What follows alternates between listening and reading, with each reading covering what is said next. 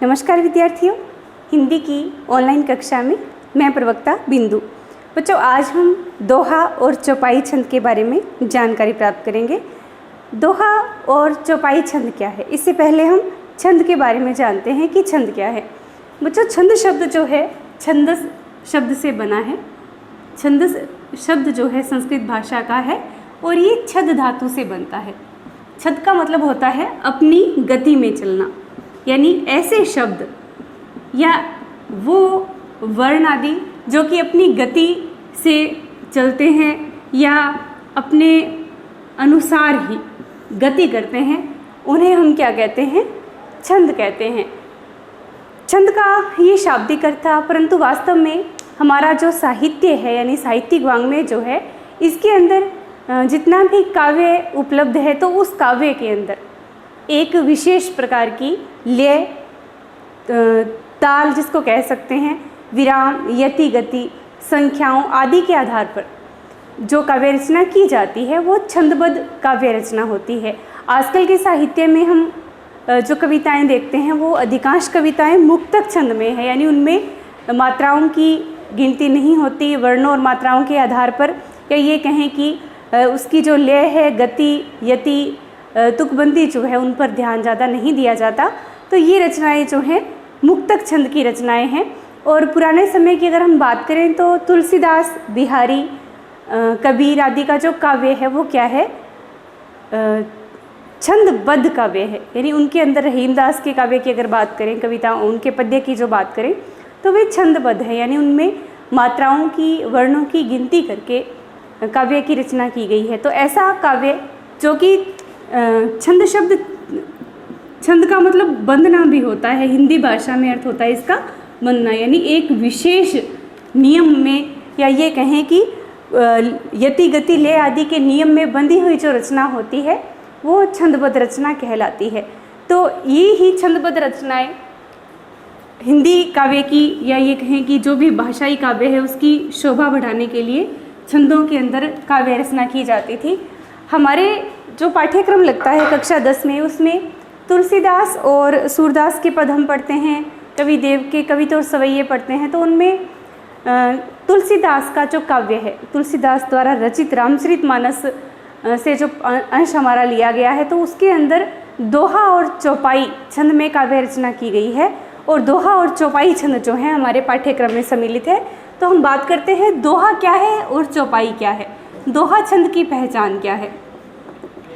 बच्चों, दोहा छंद जो है इसमें मात्राओं की गिनती की जाती है। छंद जो है मुख्य रूप से दो प्रकार के होते हैं, वर्णिक छंद और मात्रिक। वर्णिक छंद में क्या है? वर्णों की गिनती की जाती है, और मात्रिक छंद में मात्राओं की गिनती की जाती है। दोहा छंद में मात्राओं को गिना जाता है और इसमें 4 चरण होते हैं। इसकी पहचान क्या है कि इसमें 4 चरण होते हैं, और ये जो है अर्ध सममात्रिक छंद है। अर्ध सममात्रिक यानी सममात्रिक छंद में सारे चरण जो है समान मात्राओं वाले होते हैं, और अर्ध सममात्रिक में आधे चरण जो हैं वो क्या है? समान मात्राओं वाले। आधे आधे चरण यानी 2 चरण समान और 2 चरण समान, इस तरीके से, यानी समचरण और विषम चरण में समानता अलग अलग रूप में पाई जाती है। और ये अर्ध सममात्रिक छंद है दोहा जो है। 4 चरणों में से जो प्रारंभिक 2 चरण होते हैं, यानी प्रारंभिक 2 चरण का मतलब है कि प्रथम व तृतीय चरण, प्रथम व तृतीय चरण में 13-13 मात्राएं होती हैं। 13-13 मात्राओं का प्रावधान है। और जो समचरण है, समचरण का मतलब दूसरा और चौथा, दूसरा व चौथा चरण, ये क्या है? समचरण कहलाते हैं। बच्चों ध्यान दें, पहला और तीसरा हम जानते हैं, 1 और 3 संख्या क्या कहलाती है? विषम संख्या है, तो ये विषम चरण कहलाते हैं। और समचरण जिसमें यानी 2 और 4 संख्या जो है वो क्या होती है? सम संख्या होती है, तो ये समचरण है। यानी समचरणों में दूसरे और चौथे चरण में मात्राएं कितनी होती हैं? 11-11 मात्राओं का विधान होता है दोहा छंद के अंदर।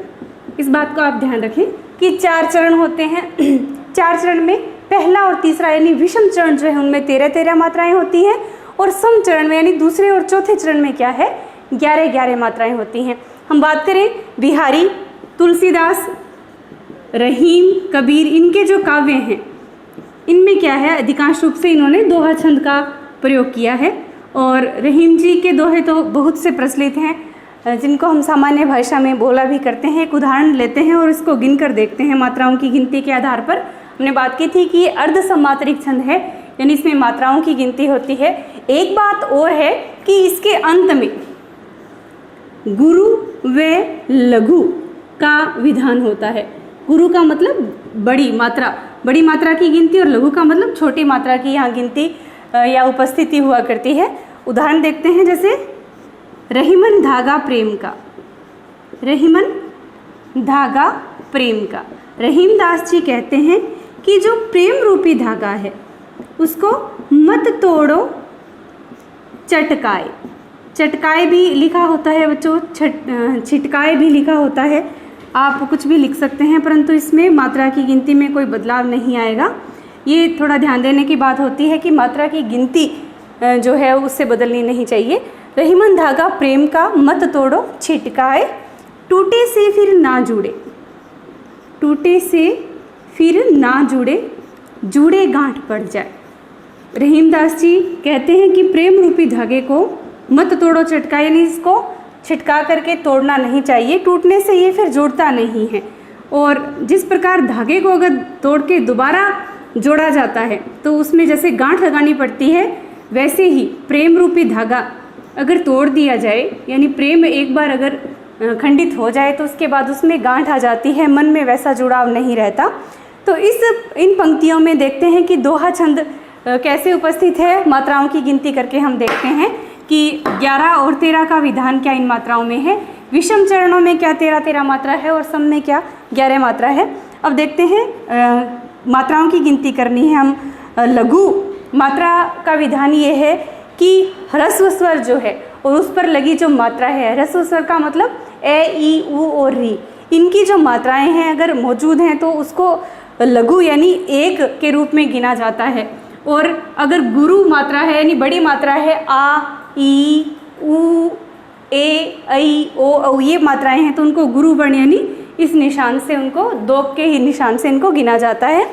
तो इसमें मात्राएं अगर हम गिनते हैं तो रे पे ए की मात्रा 1, ई छोटी की मात्रा है, फिर मैं पे ए, न पे ए।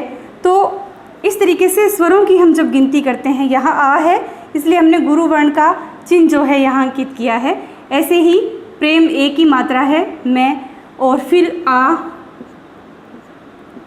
बच्चों आप स्वयं इसको बहुत ही आसानी से लगा पाएंगे मात्राओं की ह्रस्व और दीर्घ की गिनती करके।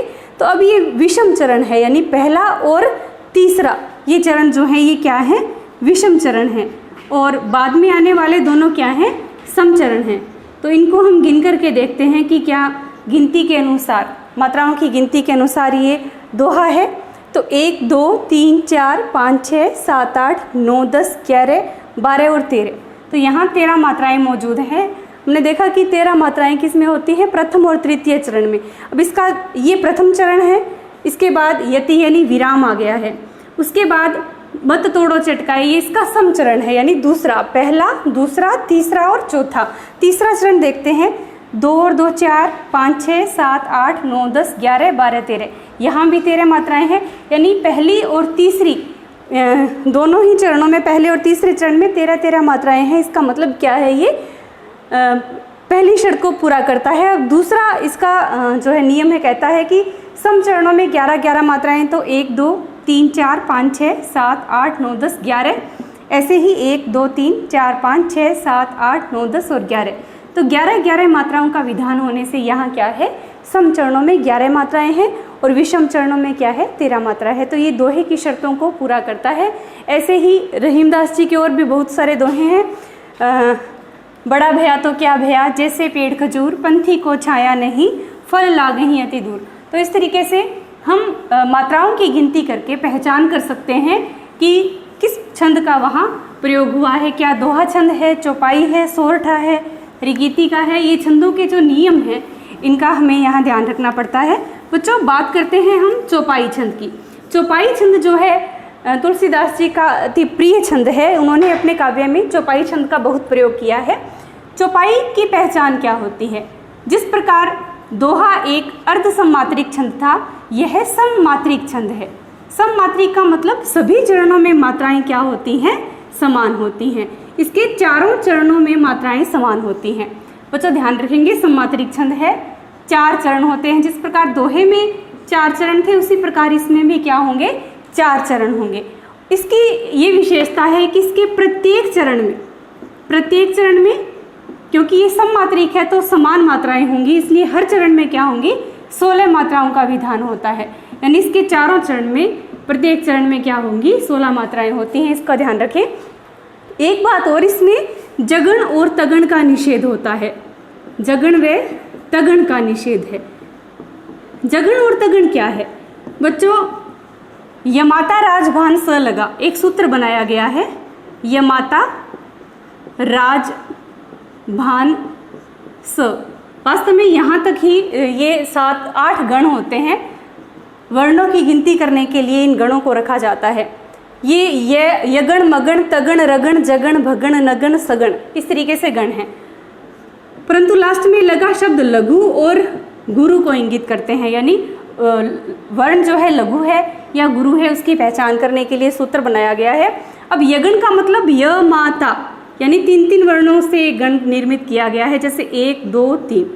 तो इसमें जगण तगण का निषेध का अर्थ ये है कि जगण का मतलब ज भा न, ये 5 वर्ण वाला इस तरह का वर्ण जो है, इस तरह का अक्षर या शब्द जो है हमें इसमें चौपाई में देखने को नहीं मिलते। ऐसे ही तगण का भी निषेध है। तगण का मतलब ताराज, ताराज का मतलब 2 और 1, यानी गुरु गुरु और लघु का विधान यहाँ किया जाता है। तो जगण और तगण दोनों का निषेध चौपाई में होता है। ये दोनों ही गण जो हैं इसमें प्रयुक्त नहीं होते, इस तरह की मात्राओं वाले शब्द इसमें प्रयुक्त नहीं होते। चौपाई में ये विशेष ध्यान रखना होता है। एक बात और कि इसके अंत में लघु गुरु का विधान नहीं होता, या तो 2 गुरु होंगे, गुरु गुरु का विधान होगा, या 2 लघु लघु का विधान हो सकता है। इस बात का विशेष ध्यान रखा जाता है। चौपाई हमारे पाठ्यक्रम में ही जो लगती है, नाथ शंभु धनु भंजली हारा, होई है केउ एक दास तुम्हारा, आयसु कहा कहिए किन मोही, सुनी रिसाई बोले मुनि को ही। तो ये चौपाई हमारे पाठ्यक्रम में जो लगती है, उसी चौपाई की एक पंक्ति हम एक चरण लिख के गिनती करते हैं। पहली पंक्ति है कि नाथ शंभु धनु भंजनी हारा। नाथ शंभु धनु भंजनी हारा, यानी हे नाथ, शंभु माने शिव के धनुष को, भंजनी हारा का मतलब तोड़ने वाला, होई है केउ एक दास तुम्हारा, केउ एक दास तुम्हारा। तो अब इसमें हमें मात्राओं की गिनती करके देखना है कि क्या 16 मात्राएं जो हैं इसमें मौजूद है। बच्चों अब इसके मात्राओं को जब हम गिनेंगे तो इसमें पहला वर्ण जो है क्या है? गुरु है। लघु, अब इसके ऊपर क्या है? अनुस्वार है। अनुस्वार वाले शब्दों को गुरु गिना जाता है। लघु लघु, गुरु लघु, क्योंकि यह अनुस्वार था। लघु गुरु गुरु, गुरु लघु, गुरु लघु, गुरु लघु लघु, गुरु लघु लघु, गुरु गुरु। बच्चों गिनते हैं, 2 और 1 3 4 5 6 7 8 9 10 11 12 13 14 15 16। तो 16 मात्राएं इस चरण में हैं। ऐसे ही होई केउ एक दास तुम्हारा, तो 2 3 4 5 6 7 8 9 10 11 12 13 14 15 16। तो इस तरीके से इसके प्रत्येक चरण में क्या होती हैं? 16 मात्राएं होती हैं। जगन और तगन का निषेध होता है। ये एक सममात्रिक छंद है और तुलसीदास जी ने अपने काव्य में चौपाई छंद का बहुत मात्रा में, यानी बहुत बड़ी मात्रा में इसका प्रयोग किया है। इनका प्रिय छंद चौपाई है। और इसके अंत में अधिकांशतः, अब देखो जैसे भंजनी हारा में हारा तो दोनों गुरु आए हैं, ऐसे ही तुम्हारा में दोनों गुरु का प्रयोग हुआ है। तो अधिकांशतः इसमें या तो दोनों ही लघु होंगे या दोनों ही गुरु होंगे, लघु गुरु का विधान इसमें नहीं होता। तो ये चौपाई छंद की विशेषता थी। बच्चों आज हमने चौपाई और दोहा छंद का सामान्य परिचय प्राप्त किया। आशा करती हूँ समझ में आया होगा। आप अपनी पाठ्य पुस्तक में जो दोहा और चौपाई छंद दिए गए हैं उन उदाहरणों को स्वयं मात्राओं की गिनती करके हल करके देखिए, आपको बड़ा आनंद आएगा। धन्यवाद।